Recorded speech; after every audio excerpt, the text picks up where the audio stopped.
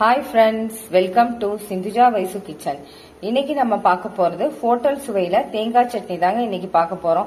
தேங்காய் சட்னி எல்லாருக்குமே தெரிஞ்சிருக்கும், இருந்தாலும் ஹோட்டல் சுவையில இது செய்யறது ரொம்ப நல்லா இருக்குங்க. என்னதான் நம்ம வீட்டுல கார சட்னி செஞ்சாலும் தேங்காய் சட்னி இல்லையேன்னு தான் எல்லாருமே கேட்பாங்க. அதனால இன்னைக்கு இது எப்படி செய்யறதுன்னு பார்க்கலாம். இது இட்லி தோசைக்குலாம் ரொம்ப நல்லா இருக்கும். வாங்க எப்படி செய்யறதுன்னு பார்க்கலாம். அதுக்கு தேங்காய் ஒரு அரை முடி நான் சின்ன சின்னதா கட் பண்ணி வச்சிருக்கேன்.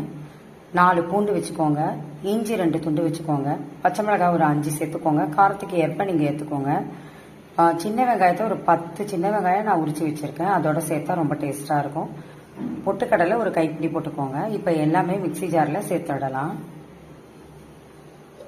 பச்சை மிளகாய் சேர்த்துட்றேன், சின்ன வெங்காயம் சேர்த்துக்கோங்க,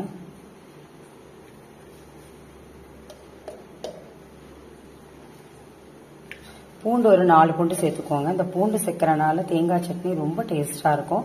இதோட இஞ்சி ஒரு 2 துண்டு அதுவும் சேர்த்துக்கோங்க. அரை மூடி நான் கட் பண்ணி வச்ச தேங்காயை இதுல சேர்த்துக்கிறேன்.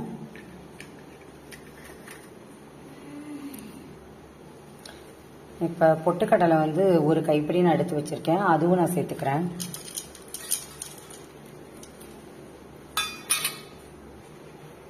ஒரு 1/4 ஸ்பூன் உப்பு சேர்த்துக்கலாம். இப்போ எல்லாமே சேர்த்தாச்சு. இப்போ அரைச்சிட்டு வந்துடலாம். இப்போ கொஞ்சமாக தண்ணி சேர்த்துக்கலாம்.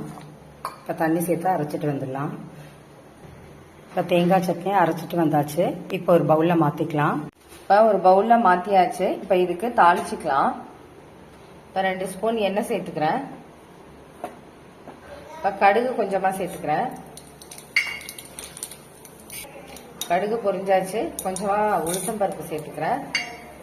இதோட ஒரு வரமிளகாய் கிள்ளி வச்சிருக்கேன், அதையும் சேர்த்துக்கிறேன். கொஞ்சமா கருவேப்பிலை சேர்த்துக்கிறேன். இதெல்லாம் இப்போ இந்த சட்னியில சேர்த்துக்கலாம்.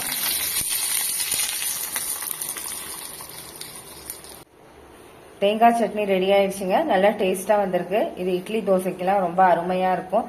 இந்த மாதிரி நீங்க செஞ்சீங்கன்னா ஹோட்டல் சுவையில இருக்குங்க. நீங்களும் ட்ரை பண்ணி பாருங்க. இந்த வீடியோ உங்களுக்கு பிடிச்சிருந்தா சப்ஸ்கிரைப் பண்ணுங்க, பக்கத்துல உள்ள பெல் பட்டனை கிளிக் பண்ணுங்க. Okay, thank you.